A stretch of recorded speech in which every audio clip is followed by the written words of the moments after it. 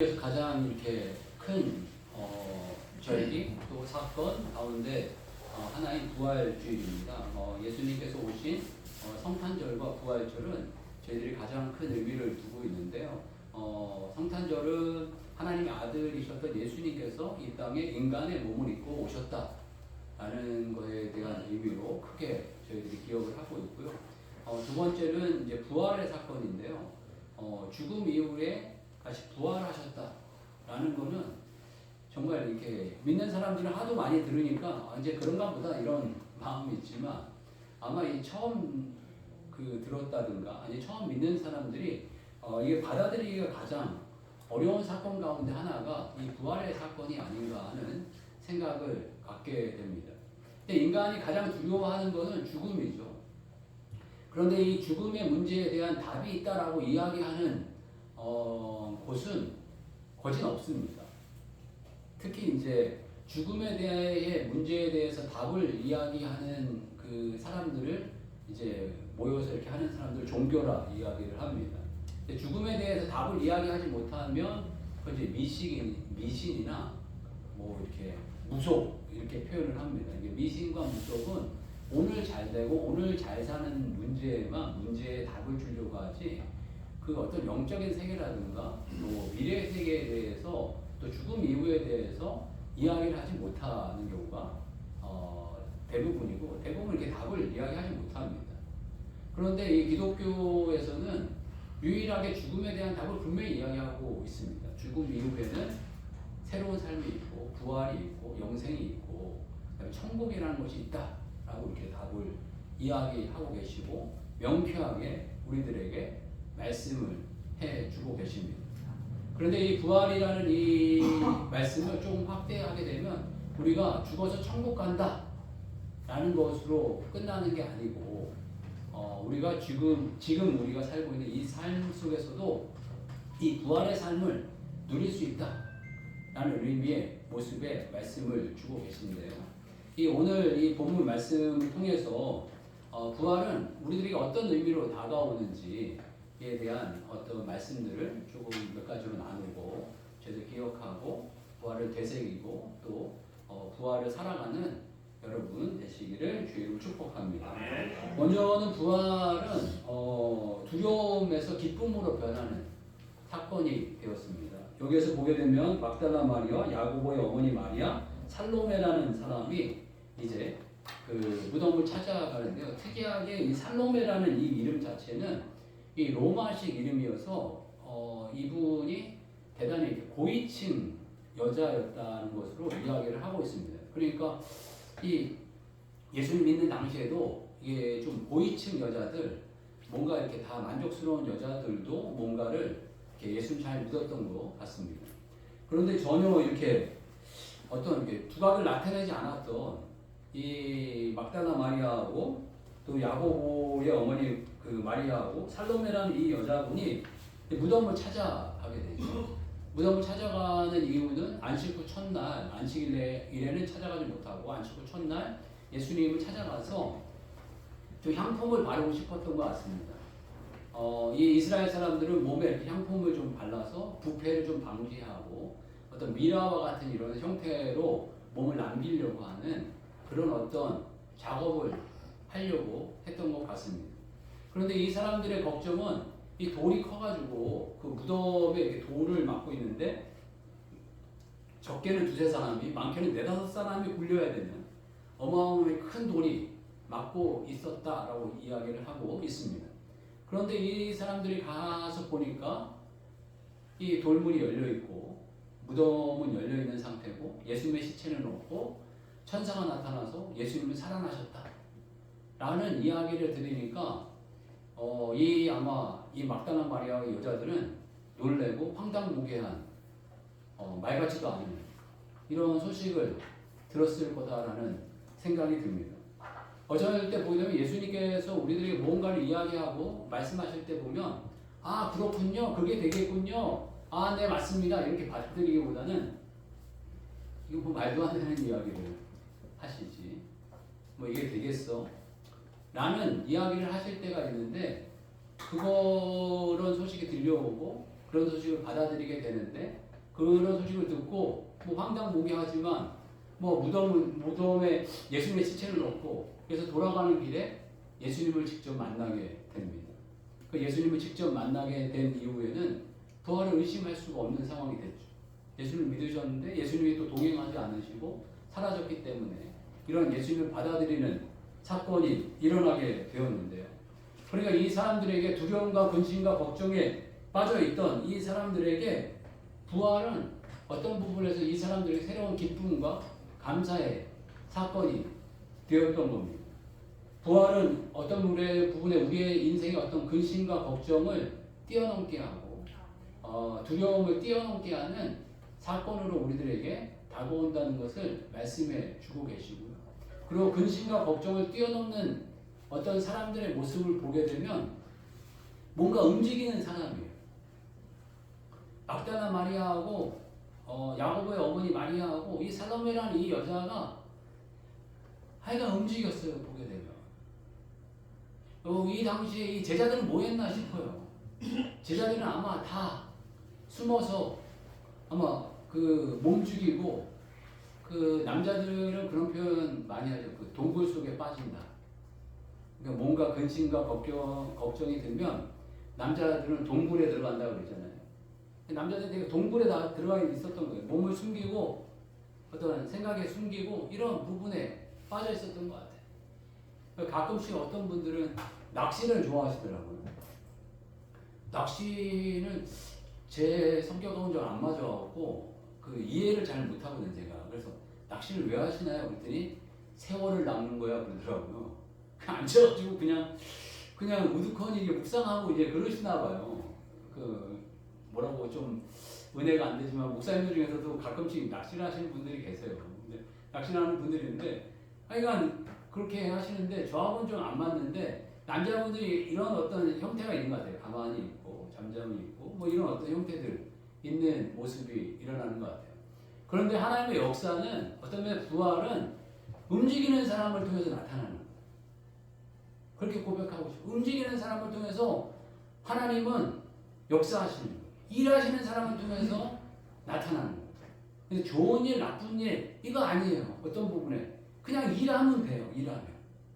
어떤 뭐 일하는 사람, 움직이는 사람을 통해서 하나님 역사하신다라는 것을 느끼게 됩니다. 여기 가만히 보면 이 막달라 마리아하고 야고보의 어머니 마리아, 이 살로메 이 세 사람이 좋은 일 했느냐? 나쁜 일은 아니지만 좋은 일도 아니에요. 한마디로 헛손질 한 거예요. 헛손질. 예수님 살아나셨는데 거기 가서 향품 들고 가가지고 향품 바르려고 했어요. 그럼 그 향품이 어떻게 됐겠어요? 나중에 버려졌어야 돼요. 부활하고는 아무런 상관없는 일이에요. 부활에 필요한 일이 아니었다고. 그 다음에 이 사람들이 근심 걱정했던 게 뭔가요? 무덤분에 돌 굴릴 거를 걱정했는데 걱정하고는 전혀 상관없이 돌의 문은 활짝 이렇게 열려있는 그 상태가 벌어지게 됩니다. 그런데 일하던 사람, 움직이던 사람을 제일 먼저 만나 주셨고 이 막달라 마리아가 내가 예수님 제일 먼저 만났어요. 부활 예수님 제일 먼저 만났어요. 이 소리를 많이 했던 것 같아요. 아멘. 그러니까 막달라 마리아가 제일 먼저 만났다 이런 이야기하고 그 공간복음이 이 세 복음서에는 다 막달라 마리아가 만난 이야기를 다 이야기하고 있어요. 그러니까 이런 움직이는 사람을 통해서 만나주시고 역사하신다는 거예요. 그리고 주님이 제자들을 부르실 때도 보면 집안에 처박혀 있는 사람들을 부르시지 않으셨어요. 다 이렇게 부르신 제자들을 보게 되면 우리 잘 아는 베드로 어떻게 부르셨어요? 업으로 일하고 있을 때 그물 깃고 있을 때 야, 네 배 좀 쓰자. 그러니까 얘 쓰시죠 해갖고 쓰고 난 다음에 오른편으로 깊은 데 가서 그물 던져라. 깊은 데 가서 그물 던져서 고기 잡고 난 다음에 주님 나를 떠나세요. 그러지만 넌 나를 따르라. 내가 사람 낳는 어부 되게 해주겠다. 이러지 않으셨습니까? 야고보 요한도 다 그물 깃고 있다. 일하다가 아버지와 그물을 버리고 주를 따르니라. 이렇게 표현하지 않습니까? 마태 레위도 마찬가지였습니다. 세관에 앉아 일하다가 주님 너는 나를 따르라. 이거 아무 소리 안 하고 일어나서 따라왔습니다. 빌립과 나다나엘도 보게 되면 예수님을 찾아왔습니다. 찾아오니까 그 다음에 예수님의 제자가 되는 걸로 이렇게 생각을 하고 표현을 하고 있습니다. 그런 측면에서 보면 움직이는 사람을 통해서 하나님 일하시고 역사하시는 경우들이 많다라는 걸 많이 느낍니다. 다윗이 기름 부음 받을 때 그 아버지의 부름도 못 받고 밖에서 양치고 목동으로 있을 때 주님 불러주신 거예요. 모세도 장인의 양을 치고 있을 때 그 가시떨기 그가 불이 났는데 불이 안 꺼지는 거 보면서 주님 불러주신 거예요. 하나님 일하는 현장 가운데 일할 때 움직일 때 우리들을 불러주십니다. 근데 그 일이 좋은 일이건 나쁜 일이건 어떤 부분에서 상관없는 것 같아요. 그 하나님 보시기에 좋은 일이고 합당한 일일 수도 있고 안 합당한 일일 수 있는데 그럼에도 불구하고 역사하신다는 거예요. 어떤 면에서 교회 부흥도 마찬가지인 것 같습니다. 저도 이렇게 시간이 지나면서 이렇게 보니까 교회 부흥하면 이거 하면 되고 저거 하면 되고 뭐 이런 이야기들을 많이 해서 저도 공부도 많이 하고 막 이렇게 알아보고 이렇게 했지만 꼭 그런 건 아닌 것 같아요. 하다 보면 되게 하시는 거예요. 그냥 무조건 열심히 그냥 어떤 부분에서 그냥 헛손질 하는 것 같은데 하다 보면 그냥 하나님 되게 하시는 것 같아요. 제가 그 인생 살아오면서 제가 2번의 큰 부흥을 개인적으로 경험했었던 것 같아요. 그런데 그 부흥이 왜 됐나 이렇게 돌이켜서 생각해 보면 뭔가를 합당하게 잘해서 부흥이 일어났던 건 아니었던 것 같아요. 그냥 몇몇 사람들이 막 열심히 하고 막 열심히 하다 보니까 부흥이 일어나게 되는 역사들이 일어나더라고요. 여러분 어찌해야 될지 모르고 뭘 해야 될지도 모르지만 하여간 주님 위해서 열심히 하다 보면 주님 이루어 가시는 걸 저희들 확신하면서 정말 주님 위해서 일해야 되겠다.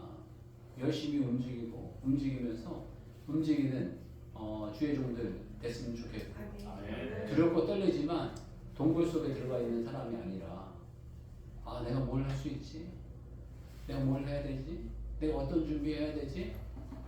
잘 모르지만 하다 보면 하나님 불쌍히 여기셔서 역사하시고 기름 부어주시는 은혜가 있을 줄 믿습니다.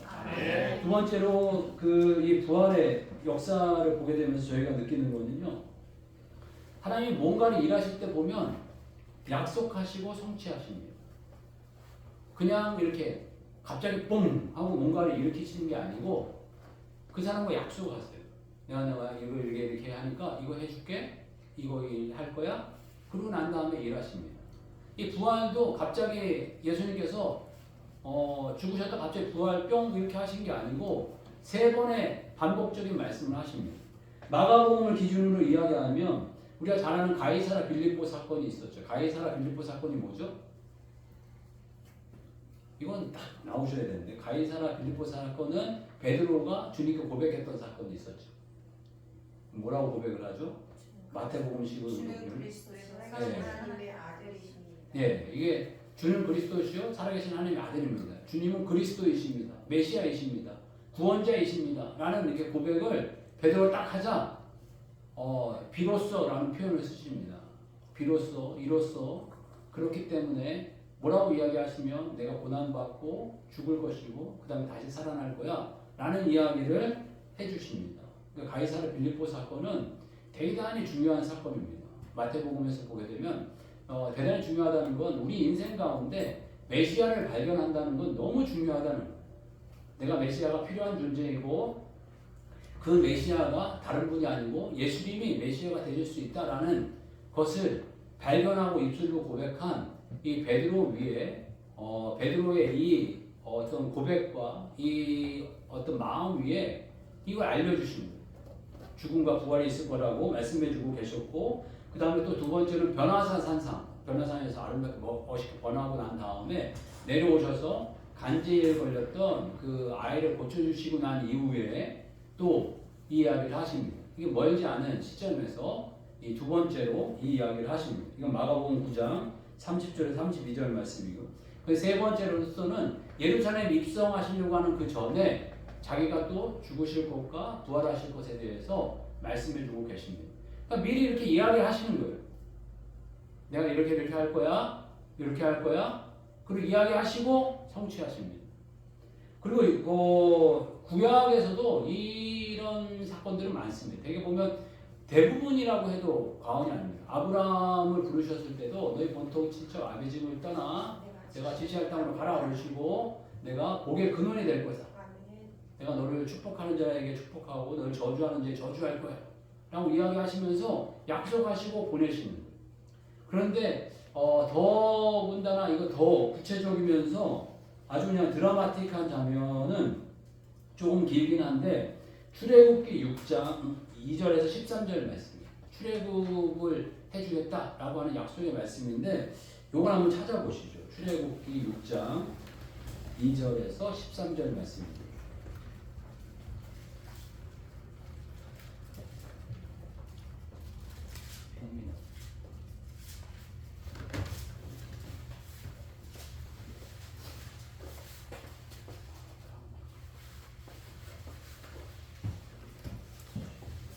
한 절씩 교독하겠습니다. 출애굽기 6장 2절에서 13절 말씀. 구약 성경 몇 페이지죠? 89. 네, 89페이지입니다. 구약 성경 89페이지 한 절씩 한번 교독해 보겠습니다. 뭐라고 약속하시는지 한번 보면서 같이 말씀드리겠습니다. 제가 먼저 하겠습니다.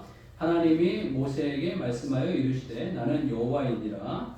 내가 아브라함과 이삭과 야곱에게 전능의 하나님으로 나타났으나 나의 이름을 여호와로는 그들에게 알리지 아니하였고 가나안 땅고 그들이 거류하는 땅을 그들에게 주기로 그들과 언약하였더니 이제 애굽 사람이 종으로 삼은 이스라엘 자손의 신음소리를 내가 듣고 나의 언약을 기억하노라. 그러므로 이스라엘 자손에게 말하기를 나는 여호와라. 내가 애굽 사람의 무거운 짐 밑에서 너를 빼내며 그들의 노역에서 너희를 건지며 편팔과 여러 큰 심판들로서 너희를 속량하여 너희를 내 백성으로 삼고 나는 너희의 하나님이 되리니 나는 애굽의 무거운 짐 밑에서 너희를 빼낸 너희의 하나님이 여호와인 줄 알지라. 내가 아브라함과 이삭과 야곱에게 주기로 맹세한 땅으로 너희를 인도하고 그 땅을 너희에게 주어 기업을 삼게 하리라. 나는 여호와라 하셨다 하라. 모세가 이와 같이 이스라엘 자손에게 전하나 그들이 마음이 상함과 가혹한 노역으로 말미암아 모세의 말을 듣지 아니하였더라. 여호와께서 모세에게 말씀하여 이르시되 들어가서 애굽과 바로에게 말하여 이스라엘 자손을 그 땅에서 내보내게 하라. 모세가 여호와 앞에 아뢰어 이르되 이스라엘 자손도 내 말을 듣지 아니하였거든 바로가 어찌 들으리이까 나는 입이 둔한 자니이다. 여호와께서 모세와 아론에게 말씀하사 그들로 이스라엘 자손과 애굽과 바로에게 명령을 전하고 이스라엘 자손을 애굽 땅에서 인도하여 내게 하시니라. 아멘. 참 이 말씀을 지금 우리는 출애굽한 거를 다 끝낸 거 아니까 그냥 출애굽 했죠 이렇게 생각을 하게 되는데 그 당시 상황과 여건을 보게 되면 이 말씀이 얼마나 황당무계한지 말도 안 되는 그런 일이었어요. 그러니까 이 출애굽에 있을 때 그 애굽에 머물러서 이스라엘 민족이 살게 될 때 이 사람들은 돈이거든요. 한 사람 한 사람이 돈이에요. 노예고 돈이에요. 그런데 노예고 돈이었던 사람이 적은 것도 아니고 정말 많았어요. 이 당시 정확하게 지금 추려지진 않지만 한 200만 이렇게 되었던 걸로 기억합니다. 그래서 수많은 사람이었는데 이 사람들이 너희들이 이제 애굽에서 나올 거야 라고 하는데 백성들도 안 믿지 않고 이 사람들이 나오고 싶은 마음이 열망이 이렇게 하늘을 찌를 만큼 이렇게 강력했던 것도 아니고 대충 이렇게 살다 죽지 이런 마음으로 가득한 거예요. 그런데 거기 지도자인 모세도 별 마음이 없어요. 하나님의 말씀은 이러시지만 굳이 애굽을 나가야 되겠다는 그 마음이 별로 없는 그런 상태인데 하나님은 이 사람들을 내보내야 되겠다라고 생각을 하셔서 주님 역사하시고 일하시기 시작하는 거예요. 그런데 그럴 마음도 없는 백성에게 이 마음을 불어넣어 주시고 모세에게 해야 될 말을 주시면서 바로에게 가서 이야기하라 하는데 바로 당연히 비웃고 말도 안 되고 말 같지도 않은 소리 하지 말라고 하시고 더 이 사람들에게 맨 처음에는 처음에 그냥 재료를 줘서 벽돌을 만들게 했는데 이제는 니네들이 배가 불러가지고 니네들이 하나님께 예배 드린다고 시간 남아돌고 물질 남아도니까 니네들 그러는 거니까 니네들이 나가가지고 지푸라기와 벽돌 니네들이 부어가지고 다 재료 니네들이 구해가지고 벽돌을 만들어. 그리고 이전에 만들던 거하고 똑같이 만들어. 그러니까 일만 왕창 더 늘어나는 거죠. 그런 어떤 상황으로 몰려가는 이런 어떤 험악한 상황이 되어져가는 이 상황에도 주님 약속하시고 말씀하시고 그것을 성취해 가신다는 거예요. 어떤 부분에서 우리의 인생 가운데 이런 황당무계한 약속을 주실 때가 있어요. 정말 마른 장작 같고 비틀어진 어떤 빈들의 마른 풀 같고 마른 뼈 같은 이런 인생 가운데 뭔가 하나님께서 말씀을 주셔서 새로운 소망과 희망을 주시는데 그거는 말도 안 되는 입으로도 이야기하기 힘든 그런 일들을 하겠다라고 이야기를 하시는 말씀을 주실 때가 분명히 있다라는 거예요. 부활은 그런 거예요. 어떤 부분에서 믿겨지지도 않고 받아들여질 수도 없지만 주님 이루어 가신다는 거예요. 가장 믿기 어려운 게 바로 이런 것 같아요. 죽음 이후에 부활이 있고 부활 이후에 우리의 영생이 있고 우리 천국에 있다. 봤어? 아마 세상 사람들은 너 봤어? 눈에 보이는 것만 믿으니까 죽으면 끝이지 뭐가 있어? 아마 이럴 수도 있어요. 그렇지만 주님 분명히 있다 이야기하시고 천국이 있다라고 하시고 영생이 있다 하시고 우리가 알지 못하는 하나님의 자녀가 된다 하시고 너와 내가 하나가 되듯이 너희들도 하나가 되라 이런 어떤 표현들을 하시는 이 말씀을 주시는 새로운 세계의 말씀이 있다라는 거죠. 주님 우리에게 말씀하고 싶어 하십니다. 그러니까 다른 것보다도 주님께서는 이 우리들에게 주신 66권의 말씀을 통해서 우리들에게 말씀하고 싶어요. 이전에는 뭐 꿈으로도 환상으로도 많이 말씀하셨지만 이제는 아마 대부분 80~90%를 이 66권의 말씀을 통해서 여러분들에게 말씀하고 싶어 하십니다. 여러분 그러니까 이 말씀 많이 보십시오. 그리고 이 말씀이 어떤 남 얘기가 아니고 나에게 주시는 말씀입니다. 나를 인도해 주시는 말씀입니다. 나를 깨우쳐 주시는 말씀입니다. 나를 빚으시는 말씀입니다. 라고 기억하면서 이 말씀을 받아들이셨으면 좋겠어요. 그래서 저희들이 기도하고 말씀 보고 기도하고 말씀 보면 역사가 일어나기를 주로 축복합니다. 말씀이 정말 능력이 있습니다. 그리고 말씀은 우리를 온전하게 합니다.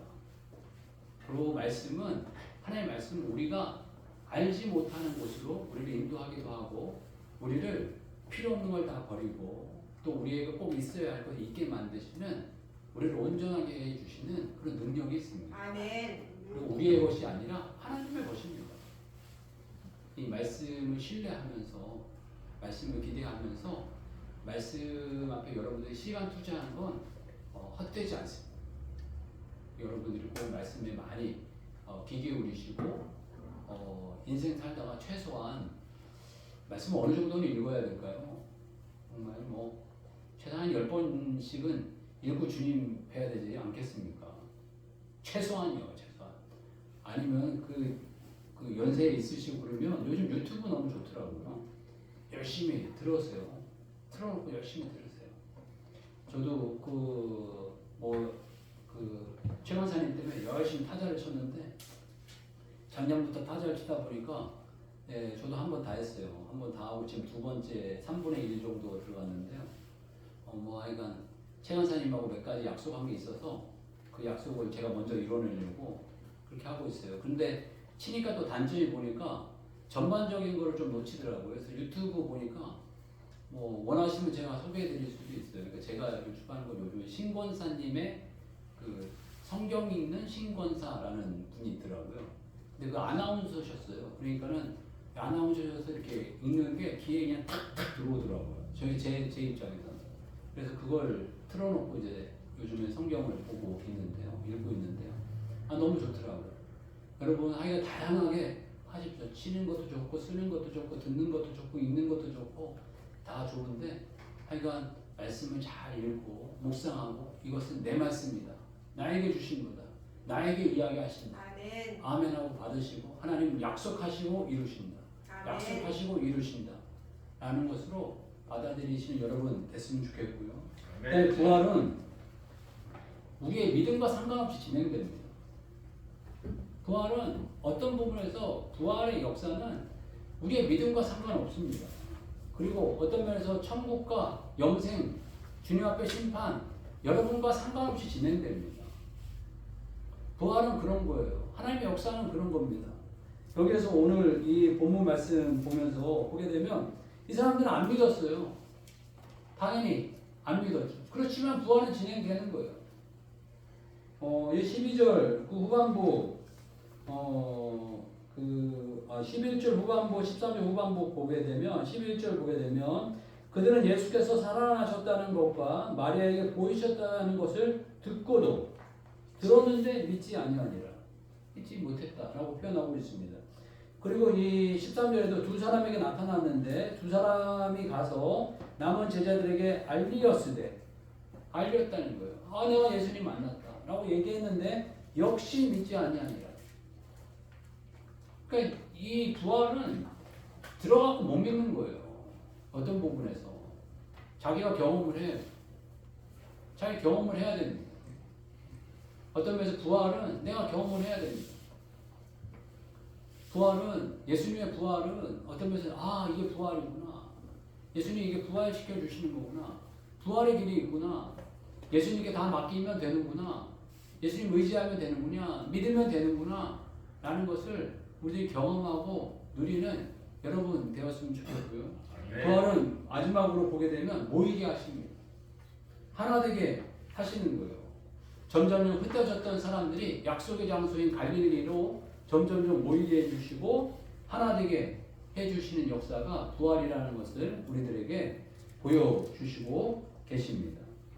부활은 저희들에게 마지막으로 죽음까지도 이기는 능력이 있다라는 것을 보여주고 계십니다. 저희들 두려움과 걱정을 넘어서 기쁨과 환희의 사건이라는 걸 보여주고 계시고 부활은 하나님이 늘 그러셨듯이 약속하시고 성취해 주시는 사건이라는 걸 보여주시면서 우리들에게 약속하시고 반드시 성취될 것을 보여주고 계시고 우리들에게 말씀하셨듯이 가장 두려운 마지막에 죽음 위에 심판이 있고 심판 이후에는 형벌이 있어서 천국과 지옥이 있지만 예수 그리스도 믿으면 천국이고 그렇지 않으면 지옥이다 라는 것이 확연히 드러날 것을 보여주시는 상징의 의미도 있는 시간이고 마지막으로는 우리들의 믿음과 상관없이 부활은 진행되는 거예요.